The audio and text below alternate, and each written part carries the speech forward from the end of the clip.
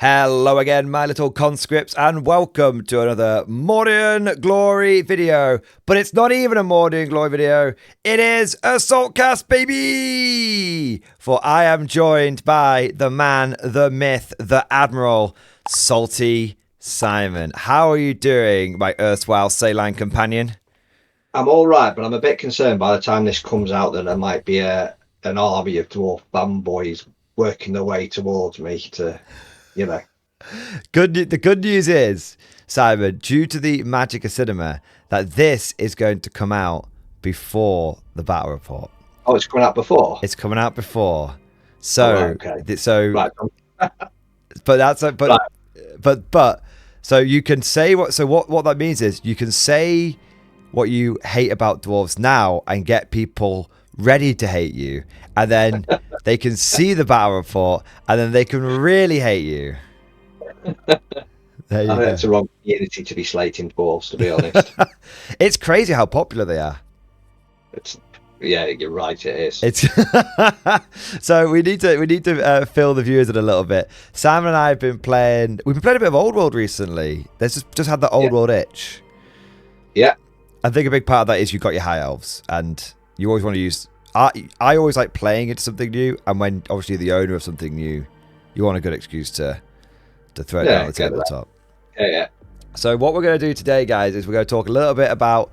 We're going to talk about the recent changes in 40k, specifically to the Guard, and just have a little bit of back and forth there about what the changes are and the general sense of the pace of change in 40k, and we'll see where the conversation goes. Of course, we keep it loosey-goosey, but we also want to talk a little bit about the changes to Old World too, because there's not only change happening in the far future, but there's also change happening in the deep past as well.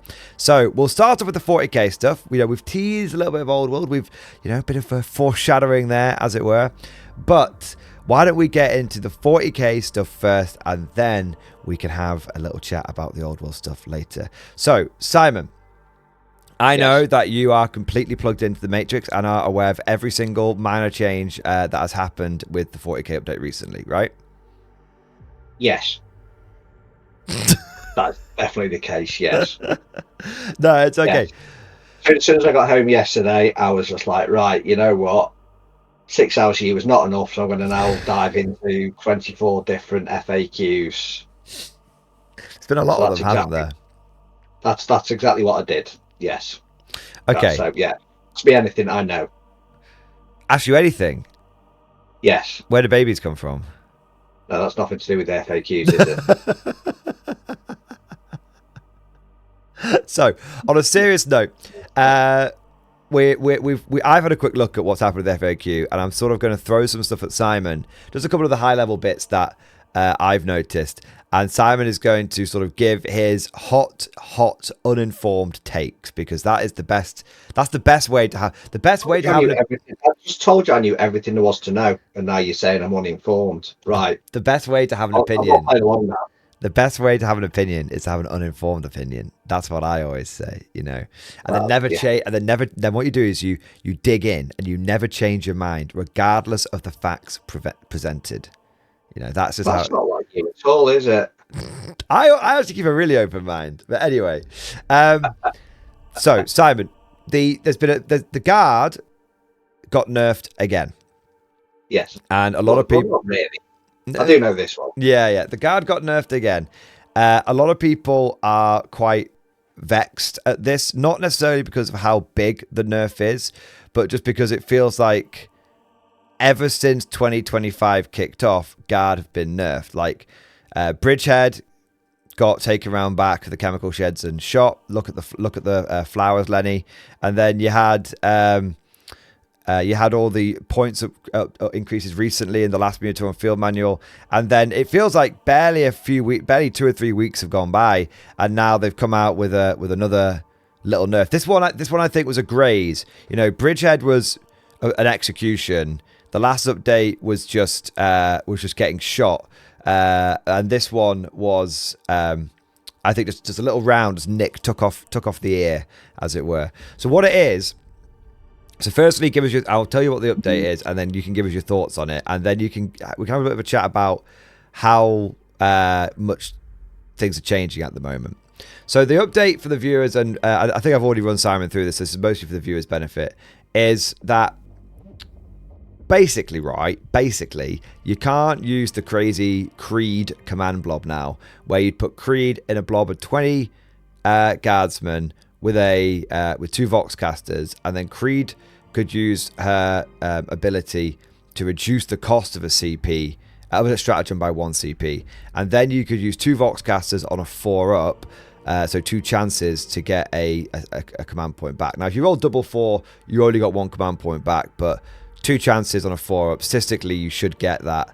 And so essentially it allowed you to do either a 1 CP stratagem for free and get a CP back. So you didn't actually spend a stratagem. You didn't actually spend a CP.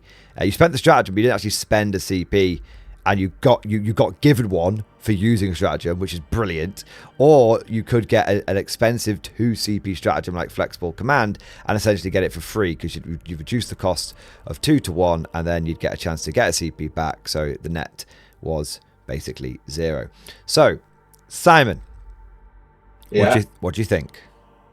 Yes. Why has that not happened before? So you agree with the nerf? Yes. Traitor! Traitor! So, right. So, yes, because it's blatantly ridiculous. You're blatantly ridiculous. Right. Every single faction, right? Here we go. Not just a guard one. Right. What happens? Codex comes out. People find something broken in it. Gets FAQ'd. People then up in arms. Why the GW hate? Insert random faction that had a broken mechanic here. March on Nottingham. Every single FAQ. Operation Piss Jug is a go. It was ridiculous. I mean, there's no way anyone looked at that and went, yeah, that's definitely working as it should do. It was... How it's not been patched before now is beyond me. So here's the thing you're forgetting, Simon. I want GW to leave my faction alone, and I just want them to screw with everyone else's faction. That's the wargaming mindset. That's the wargaming mentality. Let me have nice stuff and take away the nice things from other people. Why can't we just operate like that and have the guard be the main faction that gets treated nicely? Because then you become a Tau player. That you would have the reputation of a... If that was the case, then every guard player would be held in the same esteem as a Tau player. So that's why. Spicy. Oh, he went there. He went there. I'm using Tau at my next tournament. Oh, yeah. Yeah, wow. I upset the Tau community. It's up to be you then, doesn't it? Well, I upset the Tau community by daring to say that Tau were good. Now, I am massively oversimplifying and being extremely facetious and biased and not really telling the truth. But the reality of the situation is, I was like, Tau are really good after the update. And the Tau community went, no, we're not. You're awful. You're the worst person ever. You're a slop tuber. Blah, blah, blah. I was like, well, okay, some of that's true. I am a slop tuber. But I have no idea what that even is. Don't want to know. Just make shit content. Okay, yeah, all right. I mean, you got me on it, so yeah, that's probably true. You're the highlight, man. You're the only thing keeping this franchise going. But anyway, going back on topic. So I do think... So what the actual change is... So this is the bit that I don't like. If they'd basically done an FAQ, which was like, guys, you can't... If you reduce the cost of a CP, of a stratagem in any way, shape or form, you can't then try and regain a command point off that same stratagem, then I would actually agree with this, because it's like, okay, you can either get a CP back from it, or you can reduce the cost of it. But what they did is they said, if you have 2 Voxcasters in a unit, you only get to roll 1 dice to try and get a command point back. So you don't get to do the 2 rolls. Now, the reason I don't like that is because it's something we've seen quite a bit with some of the changes that Games Workshop have been doing recently. It has a lot of collateral damage. Because now, firstly, what's the point in the second Voxcaster then? Redundancy. No. Yeah, no, I agree. Yeah, I agree. So I get what you're saying. The first Voxcaster could just just eat bullets now, but yeah, it kind of just goes, well, what's the point? It basically is, what's the point of the Voxcaster now? In the second Voxcaster. This is why you don't abuse mechanics. And then you've got the other situation of, it's like, well, this was clearly a problem from the perspective of Creed. So Creed, like we said, basically reducing and then farming, blah, blah, blah. But let's take Creed out of the equation, because bear in mind, this is the 4th time that Creed has essentially been nerfed. Okay? Over the course of 10th edition, it's the 4th time that's Creed been nerfed. You've had at first, she could reduce the CP cost of any stratagem. Then it was only regiment units. Then it was only things within 12 inches. Then she got a points increase. Then she can't do the farming thing. So it's the 4th nerf to this character. And this the first 3 nerfs were good because they just targeted her, so there's no collateral damage. But now it's like, okay, well, you've nerfed Creed again. And the problem is what if I don't take Creed? So the farming thing's not a problem. But now but regardless of whether I take Creed or not now, my Voxcasters have been diddled. Yeah. So that's my pushback on it. What are your thoughts? I mean, I would tend to agree that actually they could have just done it on Creed, but it's like, honestly, it's just like the circle of life. It's like Elton John's going to hit. Circle of life. Yeah, it's going to do. There's going to Elton John song all about this because it happens in every faction and every broken mechanic. Because we played that game and you were like, right, I'm going to do this on you. Then I'm going to actually get a free CP back, which will allow me. And I'm just like, right, it's ridiculous, and it was ridiculous. And I'm glad it's gone. So the funny thing is that you can sort of still do it. Because flexible command targets every officer in your army. So if you've got multiple officers inside multiple blobs, you still get to roll 1 dice for each, let's just 1 dice for each unit targeted by the stratagem. So let's say you had 3, let's say you've got 3 blobs Acadians, Creeds in 1, command squads in another, Castellans in another, for example. There's 3 officers in 3 different blobs. Each one of those blobs has got a Voxcaster in there, so you'd still roll 1 4-up, a second 4-up, and a third 4-up to try and get it back. Get a free CP and get a CP back. You can still do it, but what are you moaning about? It's the principle. Okay, that's what we're going to get to. It's a good question. No, it's a good question. It's a good question. So you can still do it, but the problem is now basically you're not going to see anyone do it because it was all being done inside of 1 blob. The Creed command blob where you had Creed, then Grand Strategist, the platoon command squads. You had like 5 orders coming for this one thing. It was it was very efficient before, and now I've got to start fannying about, and it's not very efficient. Right. So there's that. But the second thing is the principle is was there anyone going around winning tournaments with this? But it's still but that's not the is everyone winning with Imperial Guard, therefore we're going to break that? Is it a busted mechanic? Yes. But Simon, this is the competitive edition. So when you say is it busted, the thing is like it's basically a bit of a CP. It's not a loophole. It's not a broken mechanic. It's not it's not rules of intended versus rules as written. It's here you have essentially a way of here you have is a clever way of using different data sheets to get a good outcome. You're not. Let me explain the difference. Okay, let me give context for difference. It's not like putting 8-bound in a Rhino, because there's a difference between 8-bound and exalted 8-bound. That's bullshit. Right. Do you see what I mean? So you see what I mean? No. There we just got to the crux of the matter. Right? Okay.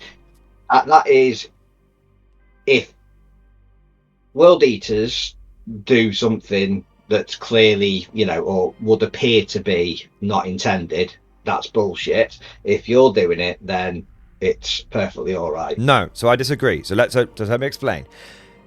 I understand what you're saying, because it sounds like a rule for thee but not for me. I get that. But what I'm saying is this. The fact that you could put Exalted 8-bound into a Rhino, but you couldn't put 8-bound into a Rhino, because technically 8-bound is one keyword, and Exalted 8-bound didn't have the 8-bound keyword, they had the Exalted 8-bound keyword. So technically speaking, they could go to Rhino. That's obviously not as intended, because how the hell is an 8-bound who's if it's an 8-bound, it can't fit in a Rhino. That's it, right? So that is clearly a mistake. That is clearly a loophole. That is clearly not as intended. This was, there's no loophole. There's no, oh, well, technically it works. This was, there's a mechanic here that lets you get CP back. There's a mechanic here that lets you reduce the cost of a CP. Nothing is broken. Nothing is being exploited. The player is being rewarded for combining datasheets into an effective combo, into an effective tactic. I'm combining a 8-bound datasheet. No. Simon, you're being facetious. You know it's different. One is exploiting a mistake one is exploiting a missing keyword, which is clearly bollocks, and one is, oh, you took Creed, put in a blob, you combined two mechanics together, and you were rewarded for it. Now, let me say something. Was it a bit cheeky? Yes. Was it game-breaking? No. Was it unbalanced? No. Was it actually just clever combination of units? Yes. But was it a bit cheeky? That's as far as I think it goes. That's as far as I think it goes from my perspective. If you're getting a free stratagem and then going, I'm claiming back the CP for that stratagem that's not cost me anything, because when we played that battle, I said it was bollocks then. I think it's bollocks now, and I'm glad it's gone. So I agree that you shouldn't have been able to farm a CP from a 0 CP stratagem. Farm a CP, yeah, you couldn't do that. I think the way they should have fixed it is said, like, what I think would have been a nice halfway house is the Vox, you can, because it says whenever you use a stratagem on a unit, you can trigger the Vox caster. If they change the wording to say reclaim or you have to, yes, exactly. I'll give you that one. Yeah. But it was still a stupid loophole or intended, whatever it was. I'm glad it's gone. Okay. Because it was ridiculous. And so for me, I'm not overly upset that it is gone. I'm somewhat playing devil's advocate a little bit. I think it was a good tactic, but I don't think it was. I think, to be honest, after the last balanced data slate, Creed going up to 85 points, I think Creed was more than Typhus. And Typhus is very, very good. I've played him recently. Yeah, and so for me, Creed was already on the way out. This kind of just feels like. This feels like rubbing salt on the wound. This feels like kicking them in the balls as they're walking out the door. It feels the same for like the Death Core of Krieg. When they update it, it's like it's almost an update that's not necessary, because Krieg were already not being. I mean, some people were taking Krieg, but for a lot of people, they were taking Cadians already, because it was like, I might as well save the 10 points. With the loss of the Death Core Marshal, Krieg were already kind of a questionable choice for a lot of Guard players. And then they put the 145 points, and everyone's like, well, it's not questionable now, is it? It's just, they're a waste of time. Yeah. And I think this is the same thing. Creeder was already a bit like, probably not going to bother with her anymore. And now it's like, I really have no incentive to take her. Like, I think she's basically if I stop seeing people put Creed in their list, I wouldn't be surprised, and I wouldn't blame them for doing that. I think some people still will. I think she's still got some value, but the circle of life. But what do you think about? I think what's it called? I'm sure we'll come on to it. I read briefly about the Thousand Suns now, and we'll move on to that next. Yeah. Yeah. So if you go through every edition, every codex, at some point you go, right, I used to run those, and now I don't, and now I run this, and now I don't run that anymore. I now run something different because there's been a FAQ or a codex that is just, and I just find the outrage. I just think it's quite funny, because you get this, and it's beef, the drama, the beef. No, but it's like, right, what happens is that you get there and you go back. Before I came back into the hobby, 7th edition, nothing was updated. Yep. right? Okay, so if it's broken when it was launched, it was broken for the rest of the edition. Yeah, true. That before my. Yeah, that's one of the. Well, a lot of people forget that. They look back on old editions, rose tinted glasses, and they forget that you would either go if you got a codex and it was bad. Good luck. That's your codex for 6 years. Yeah. Right. So, what happens now when it's Betty? I came in sort of about 12 months into 8th, and obviously, but the speed where they're actually addressing things that are broken is picking up. So we think, and everyone's here going, right, okay, why is this not getting fixed? But what they want is everyone else's stuff to get fixed, but they don't want their stuff to get fixed. I think there is. You can't have a live game system where you're getting rules update. That doesn't mean things are going to go up and down, up and down, up and down. Because guess what? That's what that's what rules updates do. And you see it. The Necron community it happens in, the Space Marine community it happens in, the Grey Knights communities in a whole. You guys are just waiting for your codex. You're in limbo at the moment. But I see it in every different community on in the groups or whatever. And something that was good is now not as good because it was broken, and that's it. And it's just like, oh, why do they always target us? And I bet you everyone else who's watching this has got an army other than Guard will go. If they're honest about it, will say they see the same thing in the Guard that. Take your pick, the same things time and time and time again, because that's what a live rule system does. So you either go, we don't have updates, and we just accept it's broken or overpowered, and hopefully this edition is going to be good, or accept that some things are going to be coming and out of vote. I know which I prefer. So yeah, I think it's a really, really good point. People always complain about the change of pace, but a lot of them.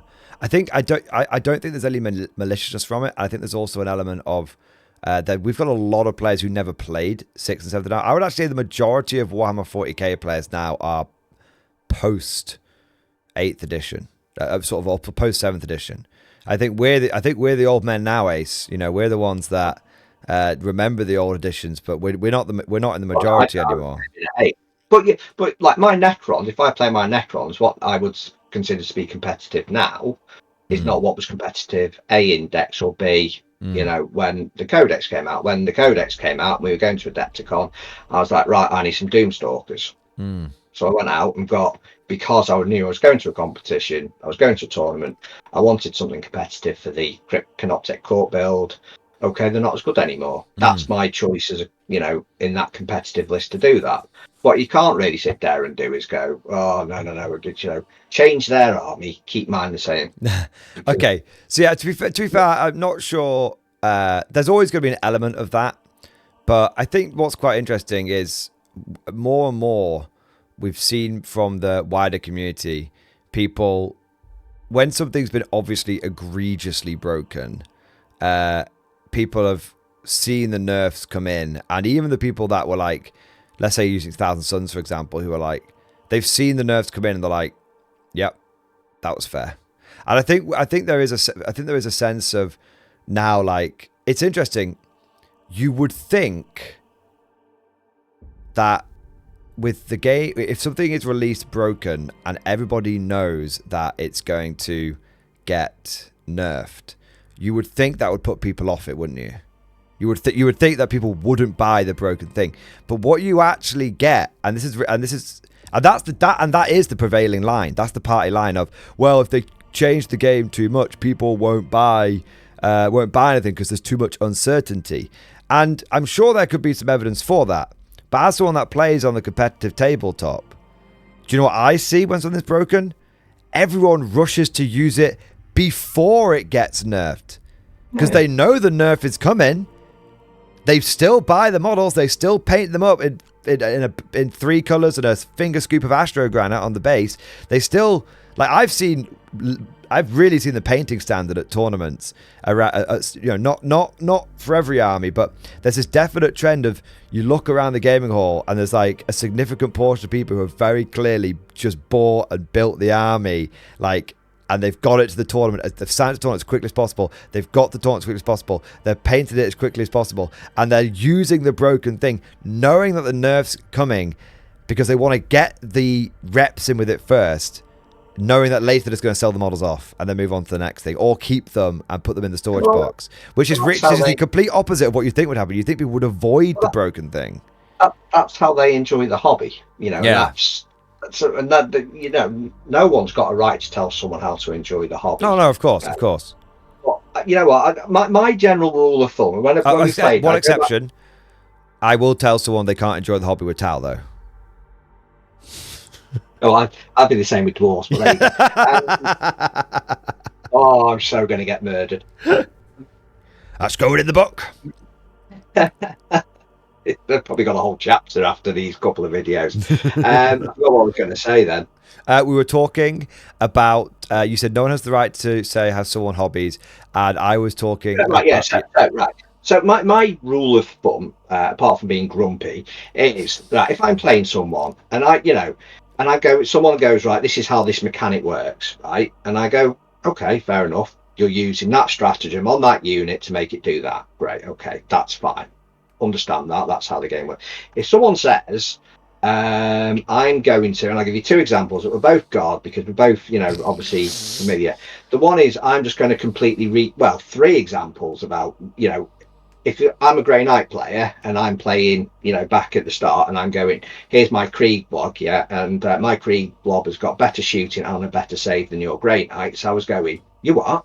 That makes no sense whatsoever. Yeah. Right? No sense. Or, here, you just killed that unit. Yes, that one there in the middle. Yeah, but it's now just miraculously come right round and popped in your end of the right. What? Where's that come from? Again, ridiculous. And then also, I'm going to use this to get a free CP, but then I'm also going to regenerate a CP because I've not spent the CP. And it's just like, right, none of that makes any sense whatsoever. And that to me is, I know it's a game. It's a 40,000. I get all that, but at some point you got to go, right, that doesn't really make any sense. And getting a free stratagem and generating a CP, however they might have gone about it the wrong way to do it, and could have been worse, it's ridiculous and made no sense whatsoever. I surprisingly I actually do agree with you. I think to go to if we go to Vanguard Spearhead, right? Oh, right. And again, this is a sneaky detachment, yeah. Guess what? Oh, there's 3 Centurions just randomly appeared 9 inches away. What? That makes no sense. Yeah. So that's, you kind of sort of sit there and go, right, that doesn't make any sense in the base thematically of the rule set, and you go, that doesn't make any sense, and then and that's my yardstick that says, that's not a great mechanic. Only so far that the abstract and the imagination can go. Like stealth Centurions, you could be like, well, they've got some advanced cloaking technology, and it's like, okay, but then why wouldn't they put that on like everything? Do you know what I mean? Like and you might say, oh well, it's 40k, well they can't produce it in large quantities. Well, I'm sorry, but all of that idea is completely, we're getting into the law now, but so we won't get too far into it, but the idea of the Imperium relies upon sort of old technology they can't produce new stuff anymore completely went out the window when Primaris came along.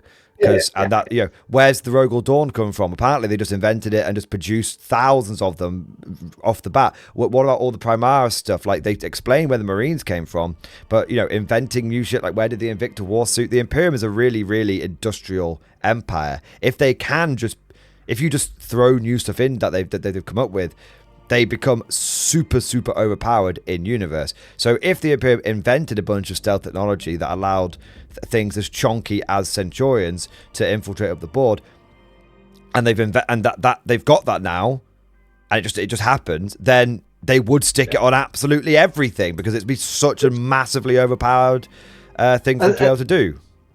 And that's just a very rough kind of rule of thumb that I have that goes, yeah, that doesn't really seem quite right. It's the vibe test, isn't it? Yeah, and that's and I get that's how I enjoy the hobby and everyone else. Yeah, and it's like the thing with the Ultramarines, when you would have, if you've got Gilliman there, he should always be your warlord. Why would what's he called? So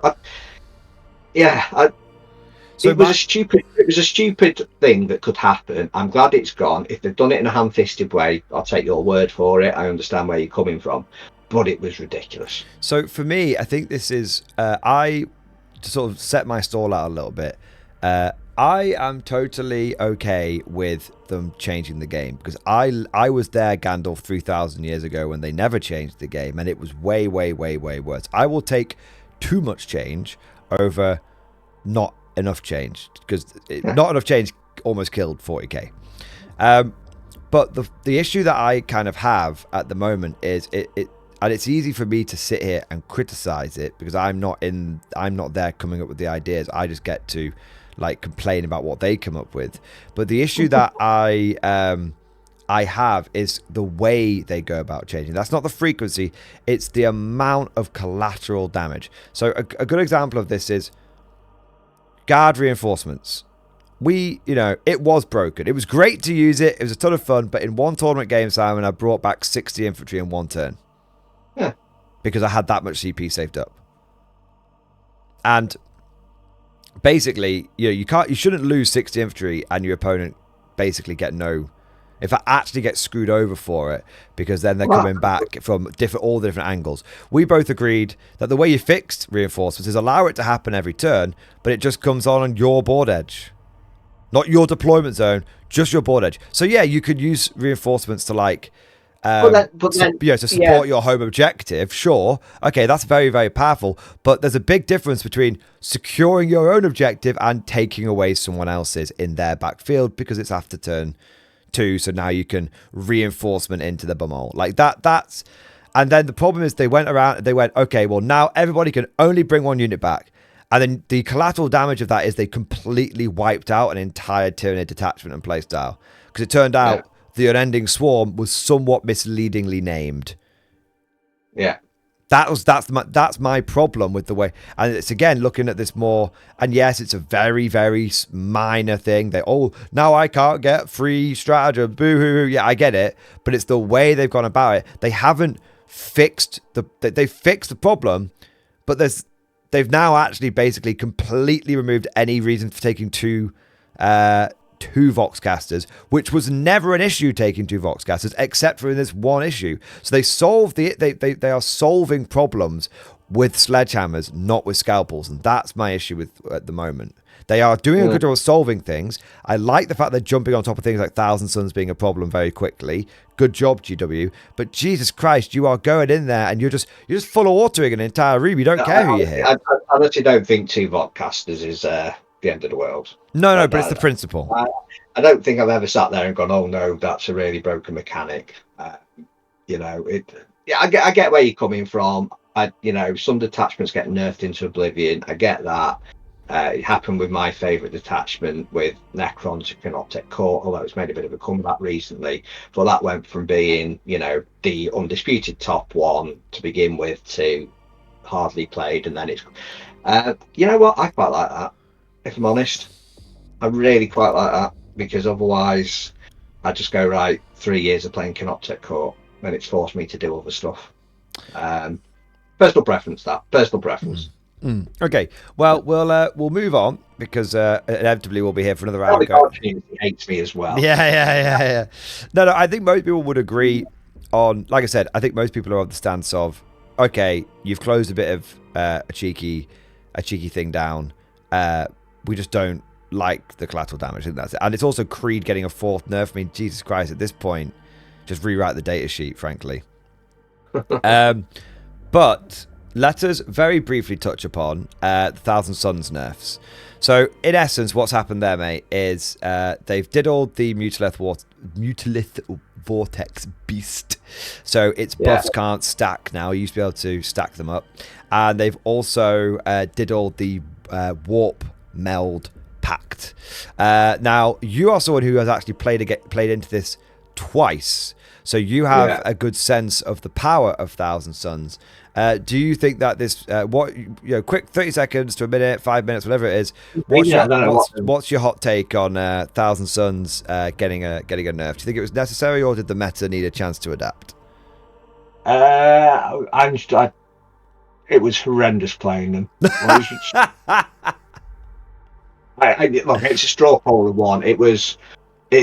Again, I'm looking at that from. I'm not sure about the Mutalix Vortex Beast, because they didn't really. I think I've dodged a bullet against those. I'm more concerned with the with this Terminators just obliterating all asunder with the like storm bolters.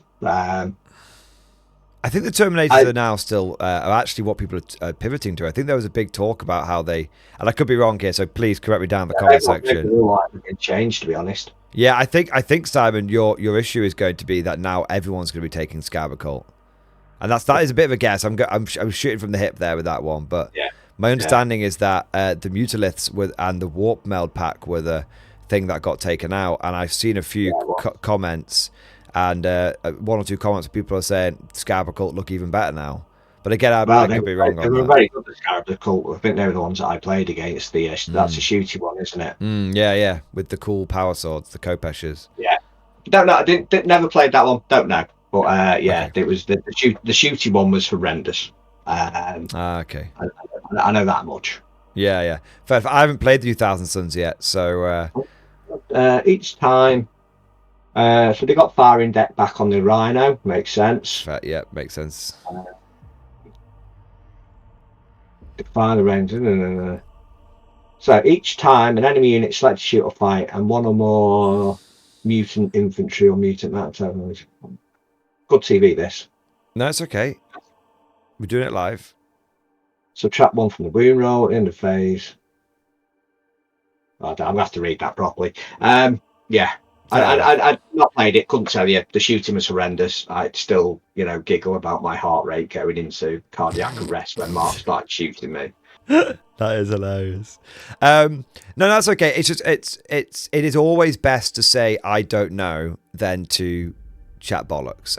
Obviously you've played them a couple of times at the last event, but I'm thinking I don't think it wasn't that detachment I played. It was the shooty horrible one. Okay, fair enough. Well, we will not. I'll tell you one thing I will say, though. They've gone after Thousand Suns, but I don't think they went after Death Guard. I think Death Guard got away with it. Yeah, my general consensus is that Death Guard got away with it. I don't think there were. I think the only points changes in the Minotaur field manual they did was adding was to drop pods, basically. I did have a look at that. I didn't see anything. World Eaters, Chaos Knights, Chaos Space Marines, Eldari, Kablag. Yeah, I think Death Guard got away with it, and I think there's going to be a few people who are going to be quite vexed, terribly vexed, with the fact that Thousand Suns, to say World Eaters, I meant Death Guard, that Thousand Suns got away with, Thousand Suns got nerfed, and Death Guard didn't get nerfed. And let me tell you, I have played into the new Death Guard, and they are horrific. Thousand Suns were horrific. I don't know if they still are. Time will tell. Death Guard are horrific. They can infiltrate. They can reactive move. They can feel no pain. They can reduce your toughness. They can make their AP better. They can deep strike within 6 inches. They can have quantity and quality. They've got cheap action monkeys. They've got elite damage dealers. They've just got, I mean, honestly, everything. And I played into them only a couple of weeks ago at a tournament. And honestly, it was... I have played a Death Guard a lot over the course of 10th edition, and I have always found them tough but manageable. But manageable. And gotta get things in there.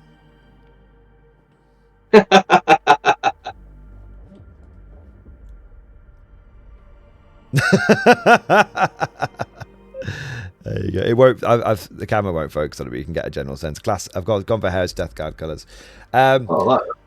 But so I've played them and they were tough but manageable. I played them a couple of weeks ago and I had to sweat my ass off. I had to go turn the autism competitive mode up to like 110% to get a draw. And if I played them and my opponent had only played into Guard once before in 10th edition. And he was new to Death Guard. And I have played a lot of Guard and I've played a Death Guard a lot. And I was just like, whew, this ain't your granddaddy's Death Guard army. This is something new. This is something... This is these aren't just fly blown shit anymore. This is a fly blown shit after fucking several pints on the town and a fucking curry and a kebab afterwards as well. That's how spicy it is. It is bad. It is bad shit, Maroki. I'm telling you. So the fact that they didn't get, I mean, honestly, the fact that Death Guard didn't get touched. People are saying Imperial Knights are the new meta. I think you're bringing enough anti-tank knights just fall over. That's a very, very bold, sweeping statement, which I'm not going to qualify. I noticed since the top match, you decided you don't want to play 40k against me anymore. I'll happily play 40k against you, but I'm bringing combined arms, and then knight. You know, even new knights just get tabled in about 2 or 3 turns to combined arms. Yeah, we both know that. But yeah, I think Death Guard knights are a stat check, so there's always going to be an element of there's something that can just beat the stat check, and so I think knights are second place now, because they're a bit one-dimensional. I think Death Guard are the new top army. Truth be told, yeah. I think yeah. But we've talked a lot about 40k. There, we have touched upon the changes to Guard. We've talked about the principle of nerfs and balance patches, both serious and unserious, and we've did a very light touch, sort of hot level thoughts on Thousand Suns and Death Guard. Our top level thoughts. What do you think? I don't know. There you go. Well, it's always better to say you don't know than to say you know and talk about something you don't know what you're talking about. That's it. Let us travel to the distant past, to a world of legend. Let us go over to the old world, because that is also in flux at the moment. It's not just 40k, which has been getting lots of updates. Old World recently had a massive update. It got an FAQ 18 months in. 18. All the 40k players right now are very confused as to why this is a big deal. They're like, we have an FAQ every month. What's going on? It's a big deal. It's not a big FAQ. It wasn't even really an FAQ. It was basically Old World 1.5. And it was basically, I would say it wasn't an FAQ. This was a balanced data slate. This was the equivalent. It's a new season. Again, the 40k players saying, you're only getting your first one. We've had like 4 since the beginning. 40k players, if you don't like the change of pace at 40k, please come and check out Old World. It's a much more stable state, I would say. I'm not saying it's a chill game. Oh no, it gets pretty fucking intense. It gets very intense, but it's competitive as all hell. And if you're the kind of person that likes to sweat and break it, you can sweat and break it. If you're the kind of person that likes casual lists and meme lists, you can do that as well. But it's a much more stable state to the point where we get one balanced data slate in 18 months, and I think that's going to tide us over until 2nd edition comes out. So Simon, one of the big changes in Old World has been to the Infantry Corps. Because every day in the Corps, it's like a day on the farm. Every meal a banquet, every paycheck a fortune, every formation a parade. I love the Corps. I'm done now. I'll give you the Team America secret signal. I gave you the Team America secret signal. It's me. Kiss me. Right, are you back now? Right, have you finished now? I've finished. I gave you the Team America secret signal. Oh, right. Oh, wow. I was doing this, and then I thought you'd put me back on, and I was talking to you like you'd put me back on. No, I'm enjoying the peace and quiet. Well, you can't have that. So, one of the big changes to Old World has been infantry. One of the big criticisms of Old World at first was the fact that infantry didn't seem to do very much, and big monsters kind of flew around, and it was more like Hero Hammer than Battle Hammer, Warhammer. Yeah. So, infantry has changed. Simon, give us your hot thoughts, your deep takes, your first impressions, your vibe checks on infantry in Old World. Well, I can't really compare to what it was like, because I only played 2 games previously. That's okay. That's almost better. You can just talk about it from... Well, it feels right. How it feels like, because it should be, fantasy should be about what old world take up about blocks of infantry, square bases in formation. So I thought it felt very right. What did you think of the ability to get up to a 3-up save on basic infantry? We got that. Got this right. The dragon can't be. My dragon yesterday had on a 2-up save. Can't be on a 2-up save. You can only go up to a 3-up save. So we got that wrong. It made zero difference. I know, basically didn't touch. I didn't touch that guy. And if he should have taken a wound or two here and there. No, 3-up. Yeah, it seems reasonable. If it's a big. Yeah. What I like about it is you can't. If you go for the two-handed, choppy chop weapons, then you don't get the good saves. Yeah. Or as a good a save, and I like that. I think that's a really, it makes sense again thematically. It passes the smell test, but it's a good, What do I do with this unit? Am I going to give it a better save? I'm going to make it killy. It's what I really like is the fact that you can change weapon between rounds now. So we had a couple of interesting moments where we were like, oh, I want to use my great weapons, or I want to use my spears and shields, and it was like, okay, so that will allow me to do more damage. But then the person on the other side was like, well, I'm going to use hand weapon and shield to try and negate your killing power.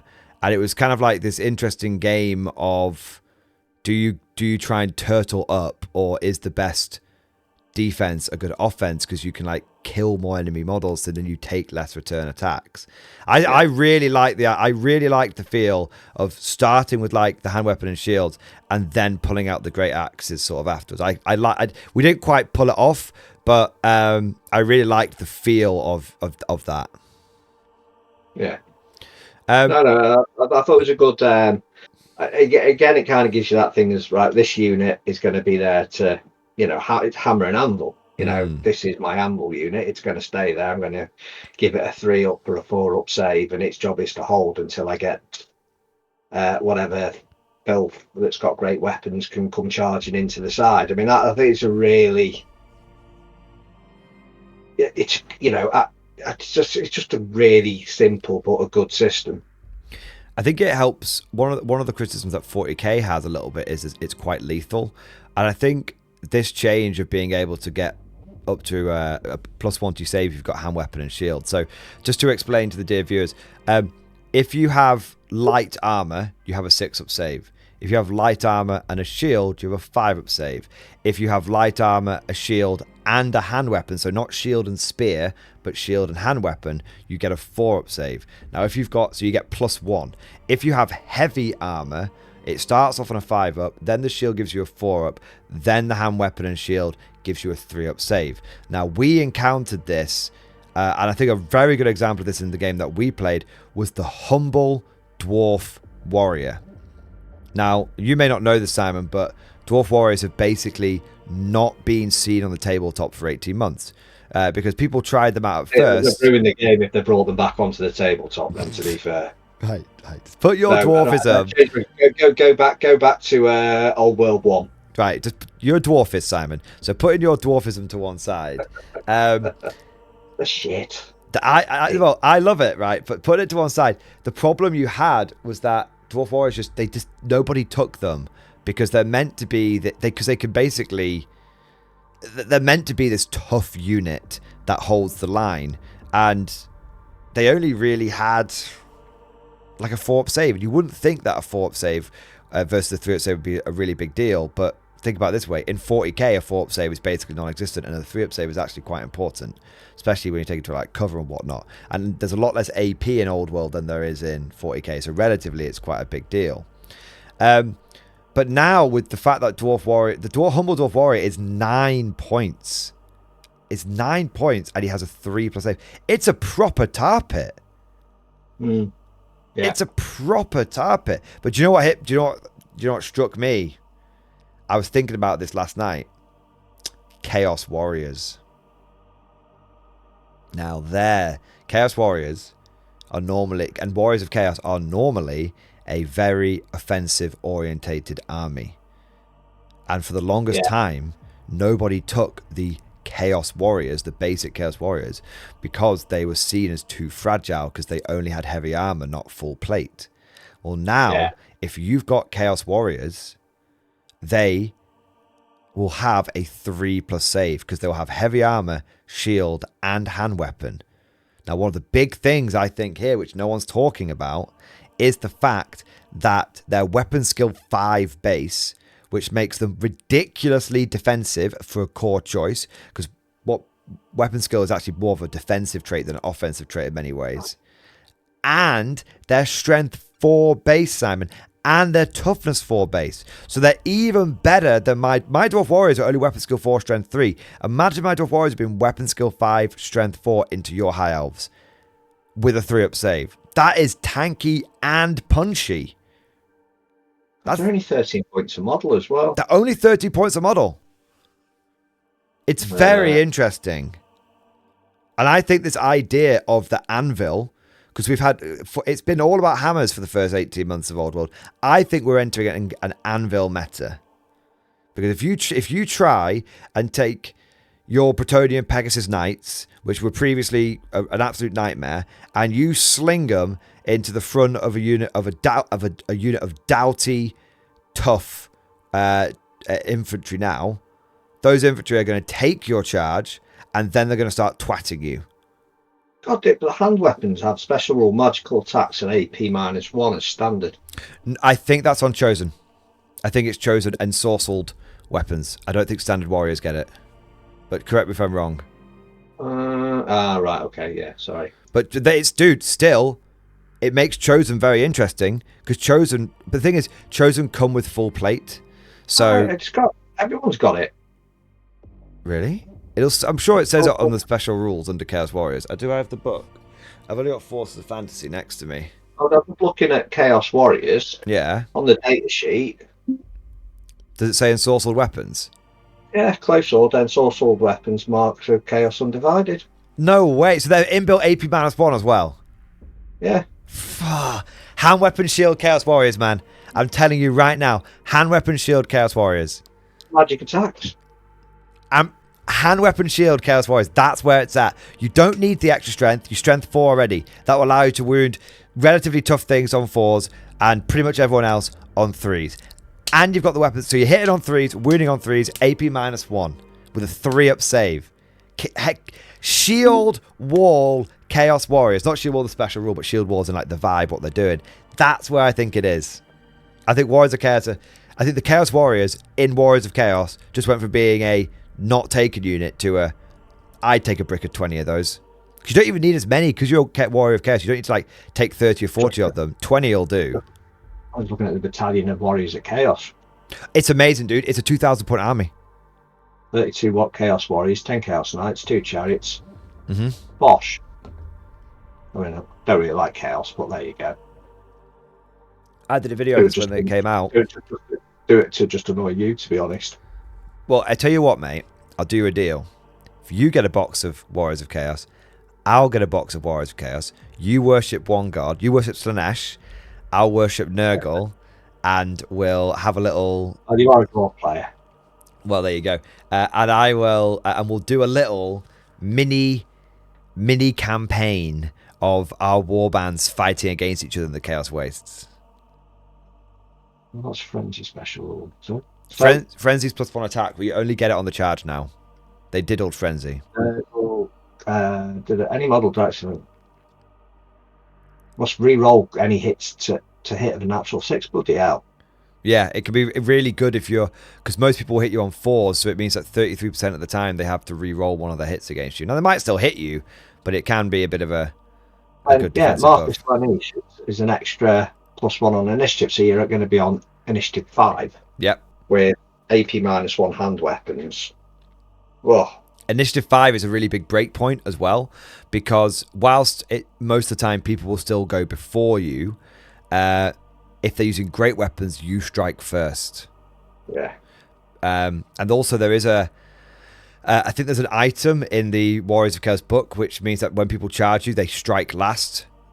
So they strike last means they go down to initiative 1. They get +3 initiative for charging, but then you're initiative 5, so you fight first. 338 points gets you full command, Mm-hmm. unit 20, Mm-hmm.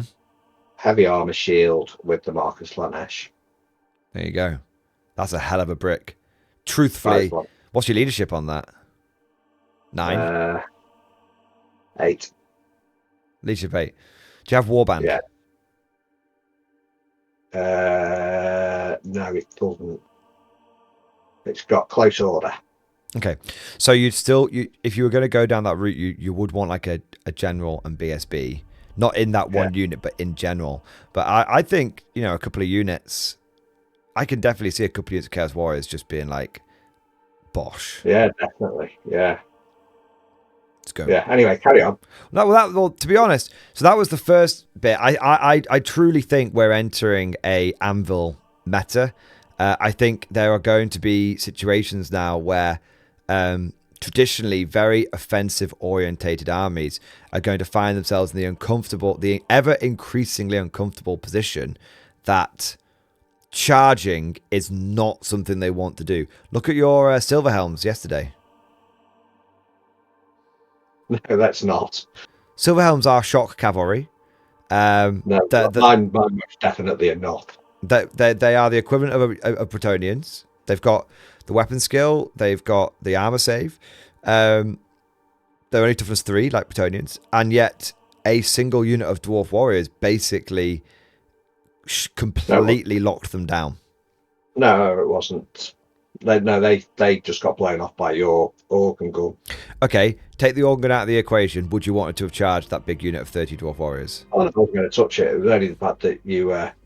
Yeah.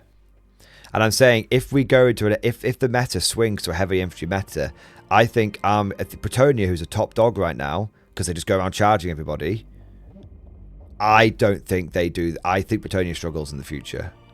I do, having, tried to do a few characters and infantry, not infantry, cavalry, I mean, haphazardly, and obviously not knowing what I'm doing very well yet, but it didn't strike me as thinking, oh, that's going to work well in the future. I mean, if you really want to boil your piss, Simon, you should look at the Bretonnian man-at-arms. Oh, yes, well, I have, because I was going to, still want to do a Bretonnian army. So, the Bretonnian man-at-arms he's only weapon skill 2, which is a big problem. It means people twat him.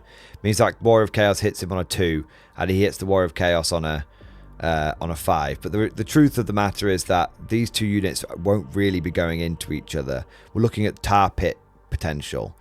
And the truth of the matter is that Bretonnian men-at-arms are a 4-point unit for a 4+ save with an unreal amount of static combat res. I'm pretty certain they have... I mean, I'm not even pretty certain. I'm going to check. We'll do it live. I've got the book right here. Bretonnian men-at-arms, I think, are... I don't know if they're the best tar pit in the game, but they are certainly the cheapest tar pit in the game. Because at 4 points a model, you get someone who is equipped with light armor, shield, and a polearm. And the polearm is both a spear and a halberd. You just have to pick which one you want to use. Bear in mind, they can now swap between they can swap weapon mode now, because that's one of the big updates. It's 4 points a model, and they do come with warband and horde and close order, which means, because close order got a big update as well. Did it get a big update? No, it was state troops got horde. But basically, Simon, your men at arms at 4 points a model will be on, with horde and warband, will be on leadership 9. Bloody hell. At 4 points a model. And they will have a static combat res of 1, 2, 3, 4. 1, 2, 3, 4. 5. 5 static combat res before they've even swung. Because they will have close order for 1. They will have... Oh, probably 6 because of outnumbered. So they're going to have close order for 1. Then they can claim 2 rank bonus, which is 3. Then they've got hordes that can claim another rank bonus, which is 4. Then they've got a standard, which is 5. Then they've got outnumbered, which is 6. Nice. And they have a 4+ save now. Because they just... the new Death Core of Krieg. They're the new Death Core of Krieg. And you can get a 6-up regeneration on them. Yeah. 6-up regen. And they have shield wall and stubborn once per game, which means that the first time you charge them, even if they completely get absolutely wrecked, they only give ground. So when you next follow up into them, you don't count as charging. And once you don't count as charging, I think that's when they start doing good stuff. Because you don't get lance bonus and stuff like that. Yeah, men at arms are... Well, put it this way, Simon. I'm looking at getting them, and I like horde armies. But they're better than goblins now, man. God. They are human goblins, Bretonnian peasants. Very nice, yeah. A lot of painting. I can see the speed paints coming out there. There you go, but I've got them right here. Here you go. I got them right here, always to hand. Always got the speed paints to hand.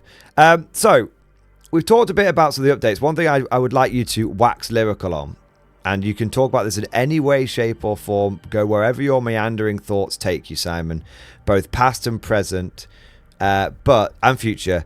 But tell us how you feel about High Elves after 2 games, because you are at this point the channel expert on High Elves. I don't know. Yeah, that's brilliant for anyone. I really like them, to be honest. I'm sort of fumbling around in the dark in a new house trying to find a light switch at the moment. I thought you were going to say under the sheets then. I was like, matron. Yeah, you're trying to work the light switch in a new house. Is this the light switch? Oh no, that's the nipples. Oh, well, there we go. That's getting demonetized, isn't it, for you? That feature. No, I really like them. Although yesterday we were talking, I'm like, well, maybe it's a swordmaster. Now I'm thinking that the Thracian war host, because I can make the basically what I'm thinking is tell us your thoughts. Tell us your thoughts. If I'm going to use a dragon, I think it needs to have another character or unit going in at the same time to take any challenges, because otherwise, when I've read up properly on the dragon rules, because if someone dies then in the challenge, then you stop at initiative then, so you don't actually get your dragon attack. So I didn't realise that. So I think if you're going to do a dragon, you're going to need to have some other kind of unit that's going to end up going into the unit to make sure that they can take a challenge. So I think the Birdman might be quite useful to have a dragon and a Birdman flying around, charge the same target. So that was quite good. Been using I think, having a look at the schools of magic, I think illusion is much better than battle. So it's hard to get off illusion. It's very hard. Yes, but then, I guess if you put level 3, give them a couple of power scrolls in there, you've got a natural reroll. So that might be. So basically, what I'm thinking of is putting a mage in a big block of killy somethings. Combat mage of some kind, maybe. Yeah, because the thing is, if you give them the Elven Honor. So let's see. So I was looking at you've got in illusion, you've got the one that gives you 2d6 hits. Can't remember what it's called. And it's based off the weapon skill. So if you've got a mage in there that's either got the Sword of Hoeth or the Thracian Greatblade, you got 2d6 automatic hitting great weapon attacks, which seems pretty good to me. Are you thinking of the Doppelganger? Which call back in a second? Because they did nerf one of the spells that only lets you do one attack now or something. No, I don't think it's Spectral Doppelganger. But it might... I think that's only for the Maze of Hellstrom. I think you can only make... You can't make 2d6 attacks with the Maze of Hellstrom, but I think you can still... You might still be able to do it with the Great Weapon. Spectral Doppelganger 2d6 hits. Well, let's have a look, see what it says.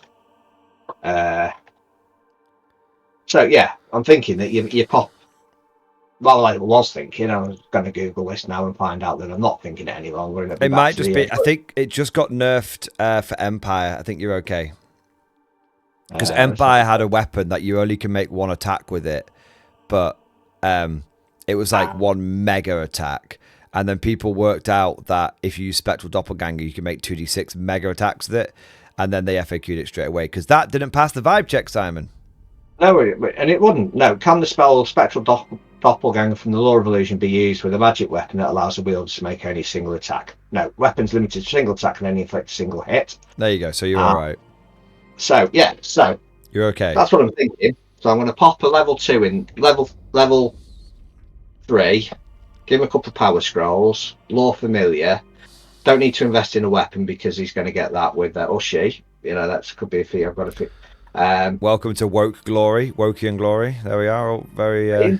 Else, it's not unusual to have a female wizard or wizardess. Only women allowed. And only men allowed in my army, Simon.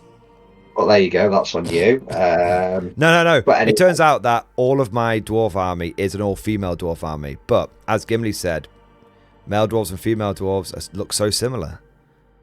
So there you go. Right. Anyway, different world. So that's what I'm thinking now. So a combat mage in there, with a decent. Give them the battle standard that gives them +1 toughness. So they're going to be toughness 4. That's what I'm thinking. So you go. Was it Swordmasters or White Lions? Well, this is it. I was. If you'd asked me yesterday, it was Swordmasters, but then I can't make them core. I can make. You can make White Lions core.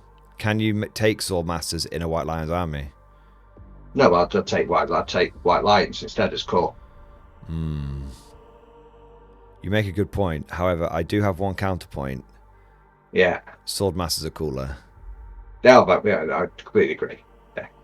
No, completely agree. You can present all of the logical reasons to why White Lions are better, and I will go, that's very interesting, that's fascinating, but there were no White Lions in the opening scene of the last alliance of men and elves in Lord of the Rings. Again, that's a different all the high elves being like shh with the swords at the beginning, and that was really, really cool. And that scene right there made me want to have a high elf sword master army. And there were no White Lions there, Simon. So unfortunately, no, can't. No. Yeah. Well, the other thing for the sword masters is you can make give someone the law master, and then they could have a glittering robe. Ooh. Behold my glittering robe. That was it. I've stopped. I've stopped now. Right, that's fine. I'm just going to keep doing this every time now. This is genius. No, it's not genius. You're gonna let me have full command of the video. That could go horribly wrong. This is my last bit of control. I'll just turn you off when you last bit of control. But yeah, so that's what I'm thinking. I definitely think if you're going to do, yeah. So that's my first sort of a big blob, because I'm fed up of you having big blobs of killy stuff. So I'm like, right, I'm going to get some of these bought and painted and have my own big blob of killy stuff. So I've got two sort of thoughts going through my head. One's a question, one's a thought. I think the thought is, why pick? You love high elves. They're probably going to be your main, if not only proper old army for a while. You know, Bretonians are a distant want. So why not both? I think get a box of White Lions. You unlock. It's how many do you get in a box? Like 30? 20 White Lions or 30 Swordmasters. I don't quite work that one out. It's Swordmaster so obviously better. Yeah, no, I agree. But then, because when I was looking at it, right, so 22 Swordmasters with drilled, because you want drilled. That's very good. You learned the power drilled yesterday. Yeah, and also you've got close order, which you don't get with the White Lions. I am White Lions aren't close order? Nope. Why are they open? Yeah. I think we missed as well. White Lions are shit. They're not though. Their AP3 is so good. AP3 is how you cut through this new pseudo power armor meta. I realised they've got cleaving blow as well. It didn't matter. You were just killing me on any wound. Anyway, yeah. So Yeah. So I'm thinking, yeah, a unit of them. Well, that's 348 points. The wizard was 235, and then the noble was 188. So I'm now getting up to kind of your big blob of points. So I don't think I've got 2 in there, especially when I need to do 500 points of core. So what's kind of going through my head is you buy 1 box of. If it was me, this is what I would do, and you won't do this because you have OCD. But what I would do is I would take. I would buy 1 box of White Lions, and I'd make it so that so then you'd have 30 in total. And what I would do is I would run 2 units of 15, and then I would make up the extra 5 with Spearmen at the back, because they're the first guys that are going to die. So that's what I would do, because also at the end of the day, there is a historical precedent of unit, to go totally off topic. 1066 Battle of Hastings. What the Anglo-Saxons did is they had the Huscarls at the front because they were well armoured and they were the main part of the shield wall, and then they had the feared but behind, which were basically the levies, sort of basically stabbing over the top because they were less well armoured. So there is actually a precedent for having elite units somewhat bulked out by levies. But anyway, that's a very broad, and someone who loves history is going to massively shit on me for that, but that's a very broad brush.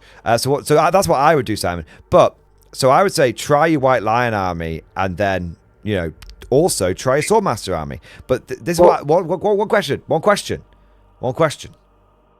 What if, Simon, you didn't take any monsters? What if you? That's what I worked. You just went piling in while I was telling you. I'm piling. All right, carry on. Shut up for 5 minutes. I've got. Right, 22 Swordmasters, which then gives room for the Battle Standard Bearer and the Archmage.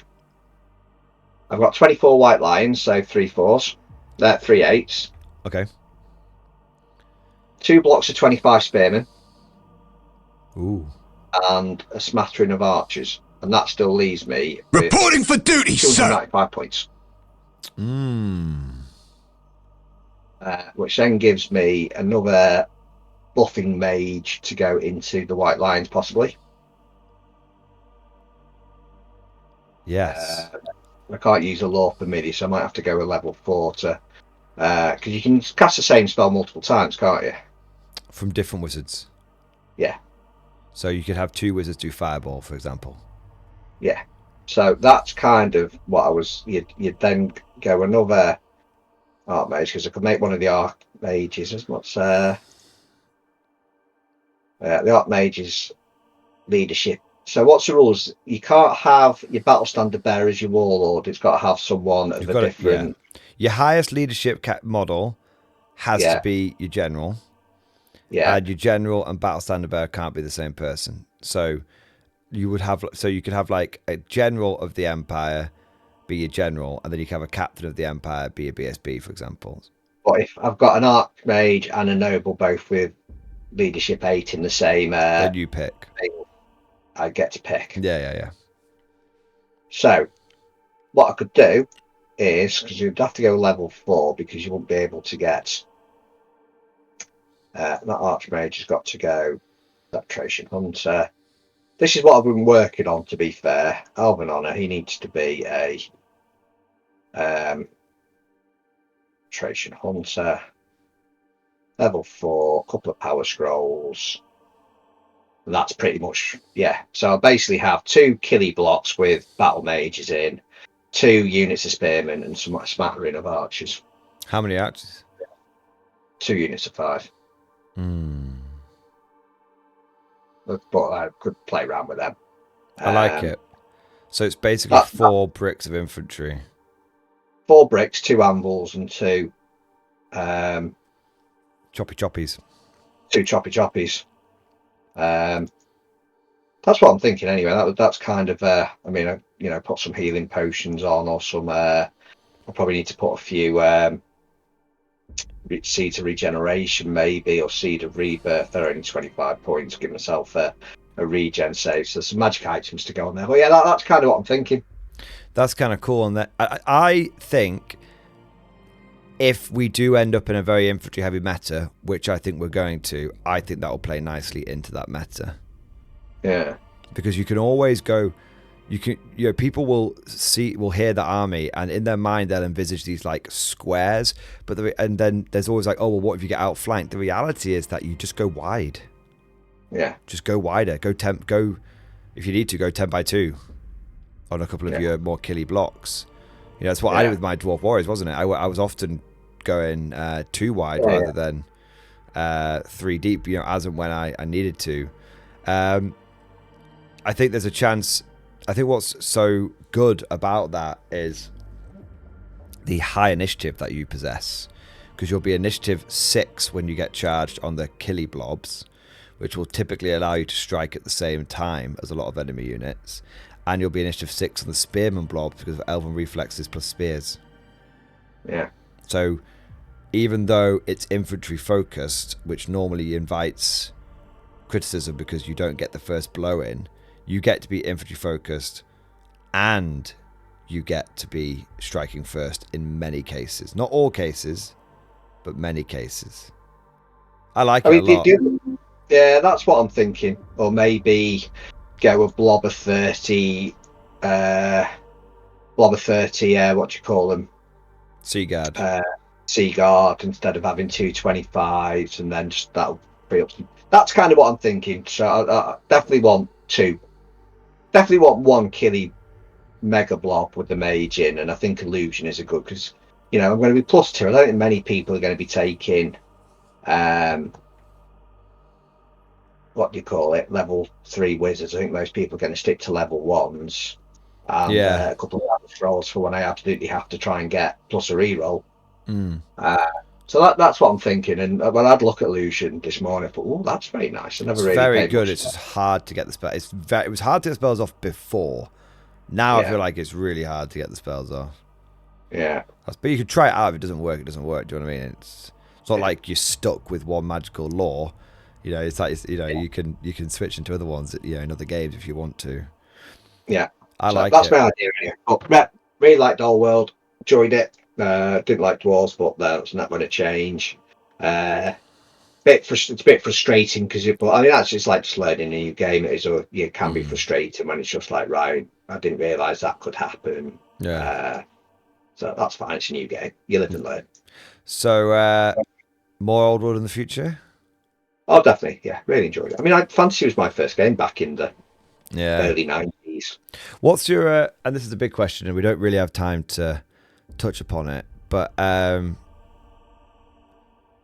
what is your thoughts on fantasy versus 40k in their current states? And that's a biggie. That's a biggie. You don't have to say one's better than the other, but I tell you what, why... Search your heart and go off a vibe.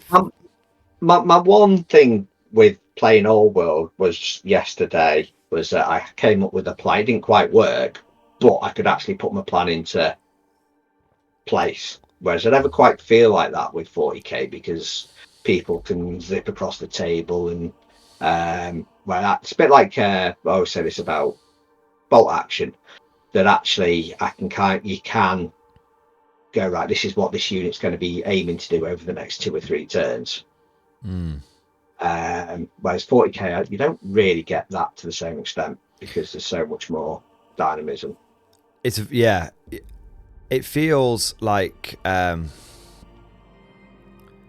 me, Old World and Bolt Action feel like they feel like a tabletop war game. And 40k is still a war game, but it's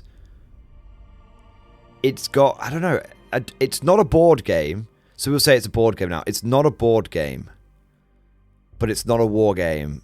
It's somewhere between the two.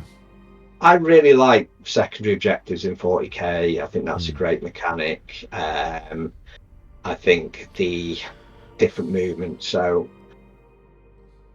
I probably, if we played a lot of Old World, would miss the random secondary element of They've brought new objectives in now. Yeah, and but not to the same extent to 40k though, is it? No, it's basically always just a primary. Yeah, so that's and I think I really enjoy that about 40k. I like it. Different itches. I like it, but I do sometimes find there's a lot of admin in a game of 40k, and it's not like it's enough to break the game. Don't get me wrong. I'm not like drowning in admin. It's tap a button on an app and generate a couple of secondaries. You know what I mean? It's pretty piece of piss. But for me, it's just slightly. I'm trying to put it. It's not unimmersive per se, but I think it makes the game slightly clunky when I've got to be tracking a lot of admin. Whereas one of the advantages I like of Old World, one of the disadvantages I think is sometimes the missions can be overly simple, like it's just kill stuff. But one of the advantages of that is it's just kill stuff. So you just chuck. How quickly did we set up for that game yesterday? Oh yeah, but it's just different. It's yeah. I don't find it particularly onerous on the app and stuff. I mean, no. Anymore trying to work out who won yesterday. I mean, all right, if you didn't have Old World Builder, it'd be a bit more of a pain in the backside. But you only have to do that once at the end of the game, whereas in 40k it's like I said, 40k is a bit more the game. 40k's gameplay. This is my summary of it, and you can let me know if you agree or if you want to add anything to it.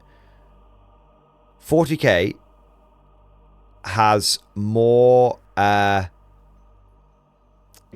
games can sometimes feel like there's more going on because you've got secondary objectives, primary objectives, you've got like deep striking, outflanking. There can be a lot going on, and that can make for a very dynamic game. Like you said, things are zipping all over the place. It can be and I think that's one of the things that makes it a good competitive game, is because it can be quite intense. Old World, the disadvantage of that is that it feels clunky because you're not just playing the game. It's play the game, do a bit of admin. Play the game, do a bit of admin. Play the game, do a bit of admin. With Old World, the missions are somewhat shallow, but it just flows from one turn to the next. And then at the end, you do your admin. And so I think both systems have advantages and disadvantages to them.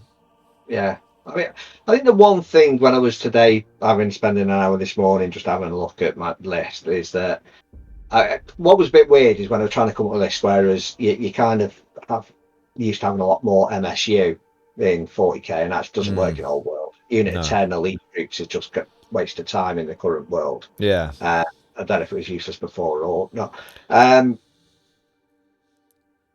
But then always, you're almost trying to go, right, this is a big blob. It's almost right. How can I make this army this unit stat check for the most effective points? That's kind of the other flip side of it. It's like, actually, what can these sword masters, can I can give them +1 toughness. I can give them this that's going to do that. I'm going to do it, and I can do it. So actually, if I do all this is going to give me all these defensive buffs.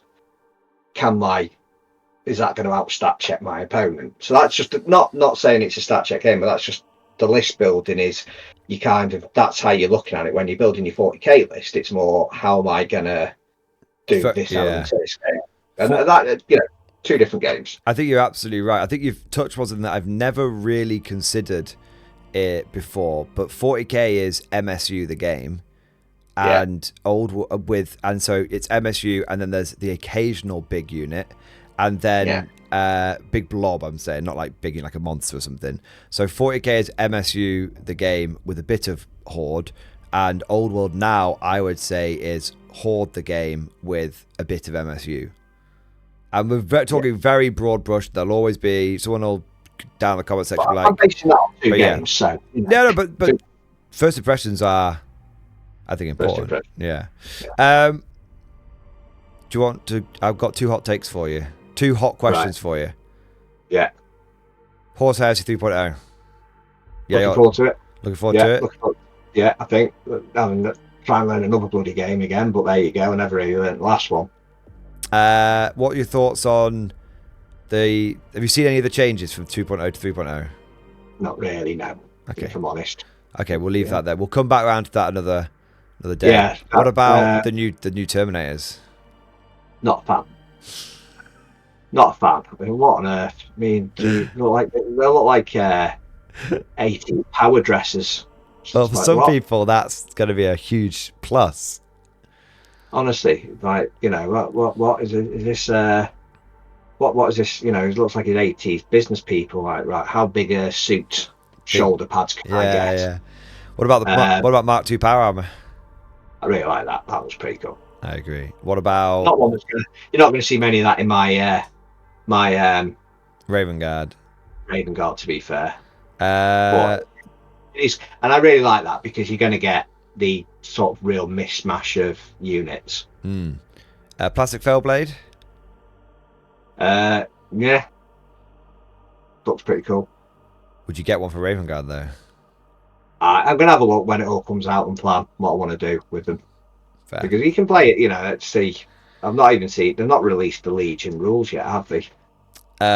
Well, there's some things are floating around on the internet, shall we say? However, some things may have fallen off the back of a back wagon. I guess big question is: have you seen how the new armies are being built? No. So there's no Force Org chart anymore. I have seen bits and pieces actually. So there's no Force Org chart, but it's not like 40k where it's take one character whenever you want. You've got to take a character, and then a character will unlock a mini detachment, as it were. So it might be like a line detachment where you can get your tactical marines, or it might be a heavy support detachment where you get like your devastators. It might be an armor detachment where you get your tanks. I like that. So it's very, very reminiscent of bolt action and just thinking that. platoon commanders and stuff like that. Yeah. So it's basically heresy platoons. Yeah, I like that. That makes sense. I like that. I think it provides a really fine line between the ultimate freedom of 40k and the restriction of heresy. And if I'm going to be honest, heresy was so, by the end of heresy 2.0, there were so many examples of, you can take 3 of this in one slot, you can take 2 of this in one slot, and then they become separate units and operate independently, and all. There was so much of that basically the Force Org chart was just, it was creaking at the seams. So I think they've basically I think it's a good way of updating the Force Org chart for modern times, not for, you know, everyone's got such massive collections now. The old Force Org chart doesn't doesn't accommodate you. No, I like that. It's just that nod to a little bit of you know, it's narrative. Yes, they've set, so Legends has come to Horus Heresy, and they've said Legends can be used in match play and Heresy. Oh, nice. Match play and competitive play. So they've said it's up to TOs whether they want to allow them to use it, but as far as they're concerned, they'll be treated as allowed. Yeah. Could do as without 40k, yeah. But Simon, there's no Legion out. There's no Imperialis militia. Oh no! Oh no! Gutted. For 1 month. I'm not going to play it this month, am I either? So you get 1 month off my Lehman Russ spam, and then that was no fun. And then my nautical friend, the industrial stronghold, will once more. Well, we don't know what the new traits are going to be like, because obviously, industrial stronghold allowed you to take loads and loads of extra Russes, but now you wouldn't need that trait because of the platoon system, for lack of a better term. So yeah. Last question, and we're gonna. Well, you know what? I think we'll circle back around to a bit more heresy and other stuff, because we've only touched upon it lightly, and this is just a little bit of. Yeah, I've not really researched it enough to add. We're just dropping it in a little bit at the end of the video for those people that are unfortunate enough to still be watching us. But dear viewers, we're gonna go into this a lot more in the next episode. So we're going to talk more about heresy in the next episode. But one other thing I want to talk to Simon about, and it's a very quick one. Yeah. Conflict 47. Are you ready to get conflicted?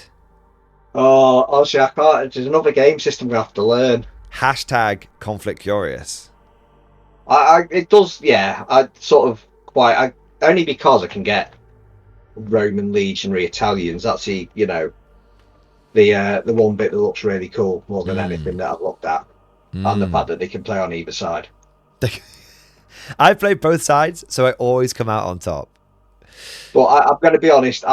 If I'm being brutally honest, out of all I would be much rather look. I'd be more excited to be playing Epic. Or what do you call it? Epic Waterloo. Yeah. Okay. And that is just because it's unlike any other game. I don't know anything about it. I'm sure it's going to be really good. The models look cool. The lore seems pretty cool. But yeah, I do. Wait, the lore of Epic Napoleon? That's called history, Simon. No. I mean, I've got Conflict 47, but I'm quite. That's that. If I'm honest, that would be. If you said we were going to start playing that next week, I'd be like, yeah, get in. Okay. If I gave you a Epic Napoleon army, because I have 3 and I can't get them all painted in time, would you paint it? Yeah, I'll paint it. I'll give you 1 sprue and you can see how you get on. It's surprisingly intense. Everyone tells me it's not as bad as you think it was going to be. It takes me. You need speed paints. Yeah. If you try and do it without speed paints, I think you will go insane before. Yeah. I've got a mate called Will who has been painting up the French for about 6 months now. And he's been painting it very, like, a bit every week kind of thing, And he still hasn't got his French army done after 6 months. Yeah, he sat down one weekend and painted 200 hands. Jesus. And he was just like, I need to have a break for it for a little bit now. Yeah, that's the one game I'm really, that's not I've not really looked into it. I love bolt action, different types of bolt action. I'm sure it'll be a lot of fun, and it does look pretty cool. Some of the stuff you can get, but yeah. Well, I've just got the Rift Buster Mega Bundle, which comes with 3 of the. It's quite spenny, but shout out to the MG streaming community who went a bit bananas and went on a bit of a how should we say, funding drive, a war bond, by MG war bonds, as it were, and they got it for me, to be fair, so big shout out to them. Big shout out to Irish Relief. He did a double dash strike. Big shout out to him. Oh, fair play. But yeah, my thing, what I like about Conflict, and I think the way I'm going to approach it as an existing bolt action player, is I'm probably just going to buy 2 or 3 mechs for each of my existing armies, and then basically run like a bolt action army, but instead of having a Sherman, I'm going to have like a linebacker. Instead of with my Brits, instead of having like a Cromwell, I have like a Merlin. For my Germans, rather than having a Panzer, I'm going to have like a Spino mech and all this kind of stuff. I think that's the way I'm going to approach it, because I think being able to just drop a few. I do like the idea of going like pure conflict only armies, but I'm going to work towards that. Yeah. Just to be clear, if in the French, just going back slightly, but he's got Napoleon on the brain now. Another half hour of Napoleon. The French one, there are Marines of the Guard. There are aquatic troops in the French army. In the starter army? That's in the French Middle and Old Guard. I have that. Well, there you go. There's a sprue of Marines in there. Nice. We will get you. Whatever it is, Salty Simon must get the nautical theme, boys. I mean, Simon, next time you come over, you can have a sprue of French and let me know how you get on with them. I can give you some tricks on how to get them painted. There's a trick to get them painted up quite easily. Yeah. Let me know. Look, too. You paint them on the sprue. Yeah. That's the trick. Spray them white. I mean, a lot of them look quite. I mean, the French are actually a bit easy because they're all primarily blue, aren't they? Than the red coats are a bit harder. Yeah, I would do the Prussians, but then Prussians versus the Brits wouldn't really work, would it? Not straight away. We'll get I've got the Prussians. Fuck yeah, you've got them all. I've got them all. The problem with the... We'll go... Fuck it. What? 5 more minutes. We'll go down this rabbit hole 5 minutes, because I know people like this. Okay, 5 minutes. I'm sweating here, so... I know. 5 minutes. The problem with Epic Napoleon is not the scale. It's not how long it takes to paint. The problem with Epic Napoleon is it looks so good. Yeah. And the reason that's a problem is Epic Napoleon is very much a gateway to Epic Civil War. Or not Civil War, Epic War of Independence. Have you seen the Brits in Epic War of Independence? I told you about this on one of the tricorn hats, man. Oh my god.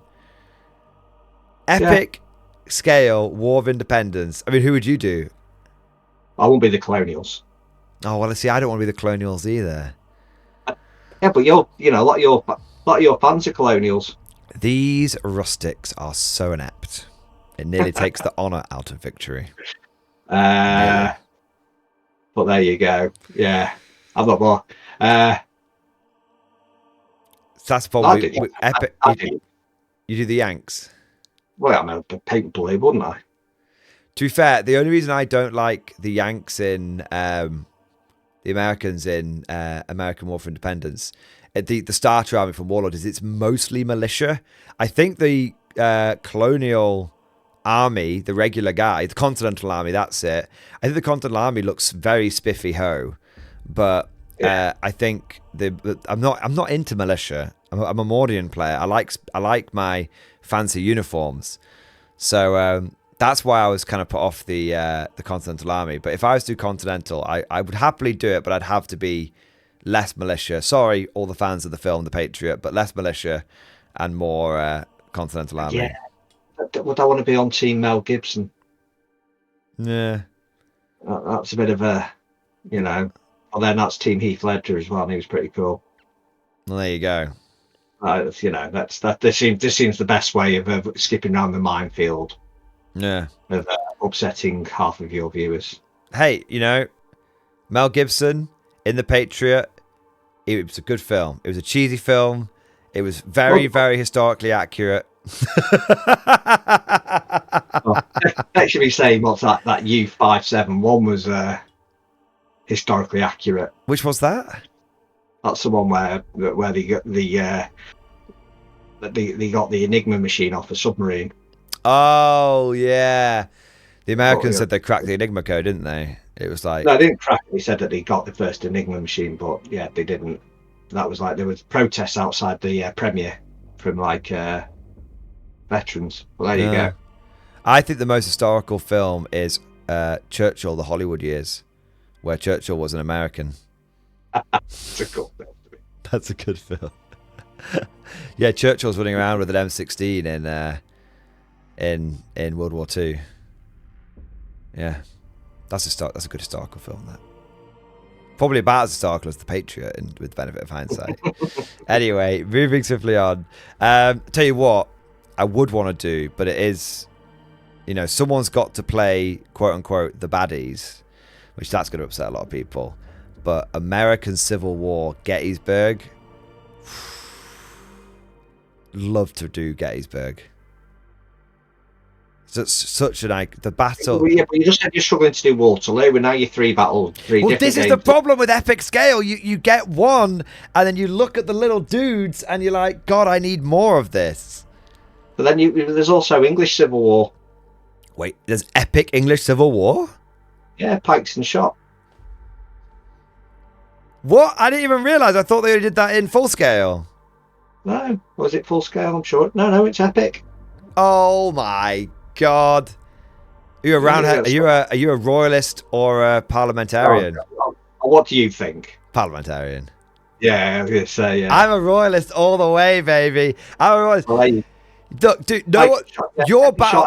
Your battle cry is for Parliament. That's wanky. My battle cry is for the King. To the King, men. To the King. Drive them. The King. But then you're also Team Prince Andrew, then, aren't you? No, because this is isn't not Richard III. I'm King Richard III. Yeah, but honestly, yeah, have a look. It's 30 years. There's 30 a horse, years a horse. My kingdom for a horse. Yeah, but no, stop skipping around. There is Pike and Shot, Epic Battles, English Civil War, Infantry, Battalion. Right, well, buy 7 of them, please. Well, they've got behave, but yeah, honestly, have a look. It's wicked. Go on, crack on. English Civil War. I honestly didn't even realize. It didn't even register. Yeah. Oh no! I tell you the what, dude. I tell you the one. We can avoid all the Prince Andrew controversy. We can avoid all of the me collecting Confederates controversy, which is going to upset Reddit. We can avoid all of that. Epic Hail Caesar, because Epic Hail Caesar, man. No. Pike and Shot, because actually we both naturally want to do different armies. True, but what about Epic Hail Caesar? I'll not bring up that guy again, and then but there you go. That works. We can do that, and then I can be team. What do you call it? Cromwell. Yeah. You could be team parliamentarian. Yeah, look, you can get like forts and windmills and all sorts of stuff. Windmills? I'm fucking there, man. There's a Scots army. I don't know what they're doing. Oh, can you get the Jacobites? Scots Covenanters army. They're the Jacobites, aren't they? Or then you got Montrose. I think Jacobites was before. I don't know. I need to look into it. This is the great thing about historicals, though. You start learning shit. You start going off and going down rabbit holes. Yeah. Yeah. English Civil War, and it's basically the same army anyway, because they all look the same. I still want this is the problem with epic scale games, my friend. You get one, or you start looking at one, and then you don't even care if the gameplay is dog shit, because you just like the look of the giant armies marching around in the bright colors. Epic Hail Caesar. That's the biggie. If you were to okay, well, what would you do? Who would you do in Hail Caesar? I would do any, because I love ancient history. Who would you do? There's a Hannibal battle set. I could do. Yes, there is. You could do Carthaginians. Scipio's Africanus Legion. You could. We could recreate Cannae, and you could wreck me. I'll stop. See you what. Cannae was the double flank. Cannae was the OG double flanky sweep. Yeah. That's when Hannibal double flank. Yeah, Hannibal double flanky sweeped the Romans and killed them. Napoleonic history to ancient history, but yeah, definitely be. I'd do the Carthaginians. Can you get elephants? Yes. Yeah. Elsie's elephant head. Oh right, so you get elephants, and then you can get different elephant heads for them. You can have different elephant heads, man. You can head swap the elephants. Yeah, there you go. There you go. Carthaginians are gone. Happy days. Right, I am melting, mate. So we've got 7 new game systems to get into. Yeah. Sick. Right. And on that... Go on, go and do your stuff. And on that note, we will wrap this bad boy up. Simon, that was a bit of a longer SaltCast, but I think it was fun. We talked about a lot of 40k and all at the beginning, but it was quite nice to have a bit of a roundup of the random shite roundup at the end. I actually quite enjoyed that. But dear viewers, let us know what you guys thought down in the comment section below. Did you enjoy today's video? What are your thoughts on 40k, Old World, Heresy, Conflict 47, and all of the awesome epic games as well? And what would you like to see Simon and I play? And out of all of those games, who do you think is best suited for each army? Is Simon a Carthaginian? Am I a Confederate? Is Simon a parliamentarian? Am I... That's easy. I mean, let's be honest. Let's be honest. That one, there's no debate. That was I'm not. I could put a gun to Simon's head. He wouldn't play royalists. But let us know your thoughts down in the comment section. Simon, as always, it has been a pleasure to have you on. Thank you for enduring this British summer, this British heat. Thank you, man, as always. My pleasure. And don't forget to like and subscribe. And as always, we'll see you guys next time. Would you like to know more? If so, then please consider becoming a channel member or patron. By supporting the channel, not only will you be doing your part, but you'll also be helping me create more content for your viewing pleasure. and unlocking a whole host of perks. You get everything from a badge next to your name, custom emojis, but the big one is access to the Mordian Glory Discord server, an online community with almost 2,500 active members. It's always popping off in the MG Discord. We've got channels for army lists, hobbying, tactics, stories, and even a pretty spicy meme section as well. For all you greenhorns that wanted to see the Mordian glory hole, today is your lucky day.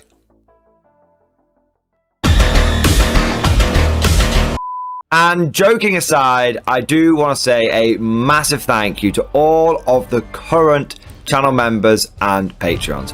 You guys are amazing, truly the lifeblood of the channel. I could not do Mordian Glory full time without the incredible and generous support of my members, so thank you guys so much. And last but certainly not least, I want to say a personal thank you to all of my top tier Patreons. These are the War Masters, the people who have truly gone above and beyond the call of duty. So a heartfelt thank you to Alex Dengal, Bonbon Vert, Lord Pryor, Mark Panconi, RJ Scorpion, Swordfish Trombone, Try Again Bragg, John Stubbs, Nick Walsh, Diesel Fox, and August Barney. Seriously guys, thank you from the bottom of my heart. Your support is incredible and it makes a huge difference. Thank you so much. That's all for now. Hope you've all enjoyed today's video, and of course, as always, see you guys next time.